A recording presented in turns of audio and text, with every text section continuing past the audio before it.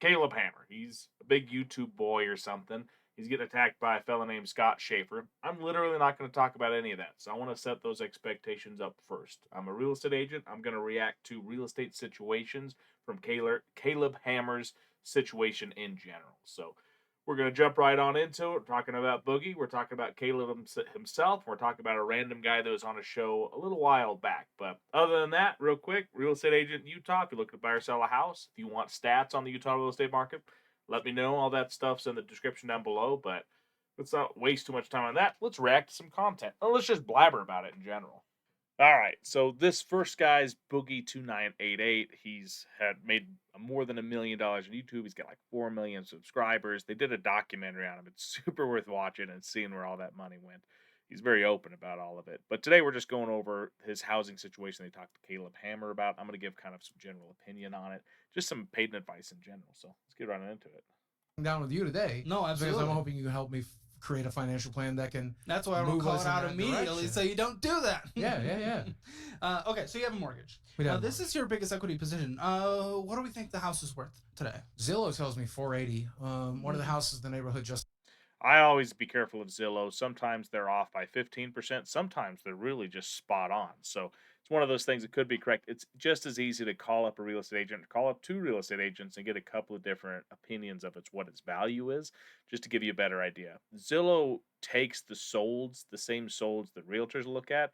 Realtors can just have more nuanced manipulation of the data to try to give them better information. Zillow is going to say 3-bed, 2-bath house, 1,600 square feet, kind of close age, and a realtor is going to at least be able to be like, okay, in this specific area with this size of a yard, nicer yard, updated kitchen, stuff like that. sold for a little over 5 million. It's the same size, or sorry, half a million, 500,000. And it's the same size as mine. That's a thing as well. A home selling across the street, there's so many variables. Even if it's the same size, you got to be asking if it's the same year or if the kitchen's been updated a lot more than yours. There's just a lot of value stuff that a realtor is going to be able to nuance out for you and help you out with understanding the valuation of it. It's literally across the street and it just sold. So Okay. I think there's a very real chance that I need to put maybe 20,000 of work into it. It's going to be more than $20,000.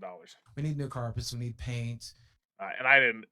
The point of me saying that was that $20,000 gets eaten up super quick. Carpets for even a 1,600 square foot home is going to be $6,000, $7,000. New paint, just depending on it, he's probably going to hire a painter. I'm not sure he could do it himself. That's going to be even $10,000. Painters are super expensive. I could be wrong. The area could be more or less. Don't take my quotes as anything more than that, or as a guesstimate. But $20,000 gets sucked up really quickly when you're working on a house. That's all I'm saying. Stuff like that. There's hole in the ceiling and some, Did you frames almost that's lose YouTube this? damage. Do what? Did you almost lose this house at one No, point? never. No. Okay. Yeah. That's always, I will bend over backwards to make sure that mortgage gets paid. Yeah. If I have to sell everything I own, if I have to, and I have, we've made some concessions that I'm not entirely. That's why being conservative in life in general and having a stockpile of cash is always handy to have. Being in desperate positions makes it so you do desperate things. Just to don't take my financial advice. I'm not a financial advisor, but having money in the bank is very helpful. Comfortable sharing. And this guy made millions of dollars of it at some point. If he would have just put some of that money in a bank, it would have been so helpful for him. Because the people involved are private people. Sure. But I did move a roommate in. That's a great. I tell anybody that buys a house, get a roommate because they're going to pay for a little bit of your mortgage. Get two roommates if you can. I 100% think that it's worth it. He's been helping a little bit here and there. I had a roommate of the last 25 years. He's finally been able to kick in a little bit. Probably hadn't been setting boundaries. That's something. If you watch the interview, it's kind of a sad piece. He feels like he needs to be this really cool guy that supports all of his friends. He didn't. All his friends just like hanging out with him. But having a roommate live off of you scot free, there's a problem with that, especially because we're all adults. As well. Emotional or boundaries or whatever. Well, so we are finding ways to. So there's two roommates. Yeah. Okay.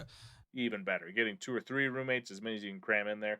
I think a lot of people don't think about their 20s. They think that they want to have fun and be comfortable. In your 20s, get a bunch of roommates. Even if you can make the mortgage payment, take all that cash, stockpile it, save it for a point in your life where you're going to want to have a lot of cash on hand, which will happen at some point. when you have a kid. Or What was the purchase price of this house? The original purchase price $275, right and then I down that. refinanced in 2018 because of my divorce. So the loan in 2018 became $200,000 because I put more money down because I had money to put down. So I got it down to 207. Okay, $207,000. Just as a real quick, let's calculator.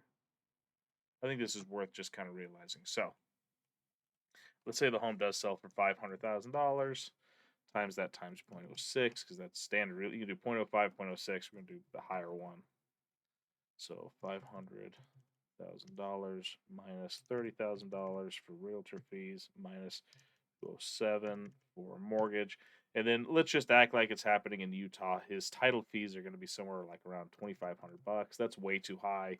And then right now, their seller concessions are typically $5,000 to $10,000. Let's do $10,000 just to be high.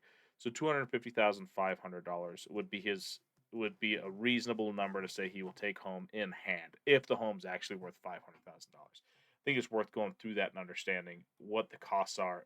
That's another huge thing too. The reason it's not a good investment to buy a home for only 2 years is because all the fees involved, because all the real estate agent fees.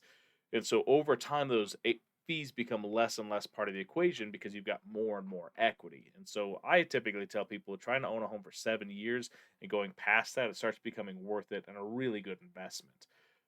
But it's situation to situation. I wouldn't take that as good general advice. And we're at 4.3%. What are we going to refinance? You're going to get hit to 8% if you refinance. The plan would be to try to bring the initial monthly payment down. But I really don't want to have to ever do that because we're 5 years into a 15 year. So we paid. And then the general thought process between a 15-year mortgage is that it gets paid off quicker and you typically have a lower interest rate. It's good to realize that even a 30-year mortgage, even if you can put more money into it and treat it like it is a 15-year, a 30-year mortgage, treat it like it's a 15, at least it makes it so if you get into a sticky wicket, you're able to pay those lower payments and still keep moving forward. Where a 15, you have to be making that higher payment. It's just all about philosophy or whatever you choose to do. Neither one of them is right or wrong, but that's just my opinion on it. So much. And that's good. We're good with Boogie. We just wanted to talk about that for a second because I think that he's a really interesting case. Okay, next we have Caleb Hammer himself, and we're going to talk about some of the emotional side of it. I guess we'll get into the juicy part now. I see a mortgage. Yeah, I got one of those sick mortgages. $8,000 a month. That's what I put towards it. And they talk about this more later, but Caleb Hammer just started making this extreme amount of money in the last year and a half. And he immediately started buying really high cost monthly payment things. For him, he's going to be fine. He's making tens, hundreds of thousands of dollars a month. But people who get high paying jobs and then they use all of that income to pay for a mortgage, and then either their wife loses their job or they lose their job or there's a divorce situation. And so you've got these full payments that you have to make on only half incomes. It's just a good general piece of advice to make it so only 25% of your take home or before taxes, whatever, goes to mortgage, so that if one of you loses your job, even though it would be a sticky wicket, you still would be able to make the mortgage payment. I feel like he made a mistake here, but also he's making hundreds of thousands of dollars. My opinion means nothing. I think minimum's like $7,200. And what about property taxes though? Because that's another good chunk. Property taxes should be part of the mortgage. Graham Stephan knows that. Graham Stephan for sure knows that. Oh yeah, well that's all included. Okay. So that's mortgage, You property knew that, taxes, Graham. insurance. Okay. Yeah, but no, a massive portion of that is getting by property taxes. And then of the property taxes, All like that 30-40% of it gets recaptured by. See, now he's deflecting. That's what the people on the show do to him, and he's doing that now. He's just in his mind The rationalizing state and given to other portions of the state anyway, so it's not even supporting Austin. So why did you decide to buy? Because it seemed like Yeah. you went from I know. It was an emotional decision. because it seems as though 8 months ago you wouldn't have qualified for the loan, and now Yeah. you're able to qualify. So within 8 months you decide, okay, I'm making a decent chunk of money. Let's go and put it towards a house at a 6.5% interest rate. Yeah, which is brutal. This was I think 6.5% interest rate. That's just the going market rate right now. It is what it is. I don't. When it comes financially, I don't do a lot of impulsive choices. Yeah. This is one of the more impulsive choices, but of course, A lot of people buy homes on a mortgage impulsively, for sure. I would say everybody thinks that they need to buy a house or that's the correct decision. It can be a good decision. As an investment or a way to gain equity, 100% it could be a great decision, but it shouldn't be an impulsive decision for sure. It just also happens to be basically $900,000. That's a big thing to be impulsive about. Yeah. Sure So is. like me, but I needed more space. So See, this is what people do. They say, "I need these things," and then they blow it out of proportion. So I know somebody that they want to buy a new house. They want to sell their house and buy a new house because their house is cold. And it's one of those things like, is it that cold? Is it worth the amount of fees that you're gonna have to pay selling and buying to be able to get a house just because it's a little bit cold when your mortgage payment's super manageable and stuff like that? Him saying he needs more space, and then he bought something that was probably 4 or 5 times bigger than the last space that he had. So you use these excuses, use these emotional excuses to create reasons to buy a house or to do these decisions. I would always be aware when you're buying a house, figure out what you absolutely need. I need 3 bedrooms because I got 2 kids. I need a garage because I have to have a place to park my car every night or something. Whatever the needs are, try to trim as much fat off of it. And then if you have extra cash, spend it on getting some of those wants. But understand what your needs actually are and don't bubble those up as a way to excuse yourself and making a Austin neighborhoods, starting from downtown, kind of the radiuses around it, the first inner loop of highways, maybe throw a map on screen, I don't know. A lot of those neighborhoods, the houses have been bought, torn down, built up new. Now, this is speculation. $5. Now they're starting to do the outer ring. I Yeah, bought just I slightly knew in it the was outer ring, speculation. I one wanted of the to, so I shouldn't have first said that. places in the So he's saying that he's on the edge of it. He's speculating that it's going to gain value quicker. It's one of the best areas to buy. He spent $900,000 on a speculation, and mind you, it's not as bad as leveraging in the stocks because real estate over time does go up. There's never been a 10-year period where it hasn't gone up in value, but it's always just so stressful in this neighborhood Utah. I should say that. that is Yeah. doing that. So I really think if it follows the trend, this is more of a bet, which is not Yeah, big bet to make.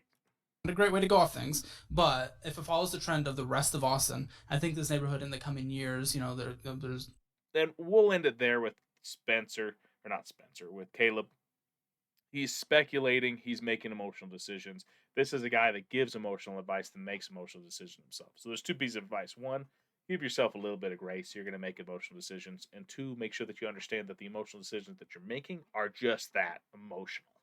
This last one's just talking about a mobile home. I just wanted to bring up a couple of points for real estate in Utah for mobile homes and manufactured homes. But let's start with this guy. in a house together. We did. We had to put it on a friend's property. Wait. Oh, wait. Was this a mobile home? It's a manufactured home, yeah. It's good to realize that the way that people classify them is that a manufactured home typically is on a foundation. A manufactured home they pick up and haul somewhere. So if it's not on a foundation, you can't get standard financing on it, standard mortgage on it. It's a little bit more complicated. So I would be interested to see if it's actually a manufactured, or if it's a mobile home, or if it's a manufactured home that has wheels on it or something. But him saying that this is an investment as a manufactured home, it's probably defined differently than what he's saying. And even maybe just in Utah, maybe I'm 100% wrong. I think that's a super valid point because they're in Texas. But in Utah, it wouldn't be really be described as a manufactured home unless it was on a foundation for financing terms. Yes. Oh, okay. So it's on someone else's property. So Another problem, even buying a mobile home in a mobile home park, you still don't own any property. You still don't own any real estate. So in Utah specifically, all you need to sell a mobile home is a title transfer, like a sheet basically. You don't even need a real estate agent. People use real estate agents so they can put it on the MLS, but it doesn't. You don't functionally need a real estate agent because it's not real estate. It's just a piece of equipment, really. they own the property. You have the. Okay. Yeah. Gotcha. And what happened? What's going on with this landlord? Just a falling out between all of us. And that'd be the last thing I'd have to say is that's the hard thing as well, is that if you don't own the land, somebody can kick you off the land. If you get into a larger mobile home park, that's handier because they've got more rules on what they can actually do to you. But then you get into a townhome or a home with an HOA, you've got less rules, less ability for them just to kick you up, but you still have rules in general. And HOAs, I don't have anything against them. People plow on your driveway and stuff is super helpful for some people. But if you want less rules, you want a single family home that doesn't have an HOA on it. And even if you want more freedom, you want a single family home that's not in city limits but county limits. And the counties will typically have less rules than cities. But That's all we got. There you go. But I just wanted to react to some of Caleb Hammer's specifically housing content and kind of give you my little bit of piece of advice on it and just blabber about it in general. Caleb, if for some reason you're watching this, which I can't imagine you would, uh, good content, dude. I hope you're doing well. I'm sorry that I'm kind of leeching off of you. I'm just out here greasing. But other than that, if you're looking to buy or sell a house in northern Utah, southeastern Idaho, or western Wyoming, let me know. If you want to get on my newsletter with the monthly stats for Utah and where its median sold value and days on market is, look at the comments below and message me. And other than that, I just appreciate you watching, and I hope you have a great day. Bye bye.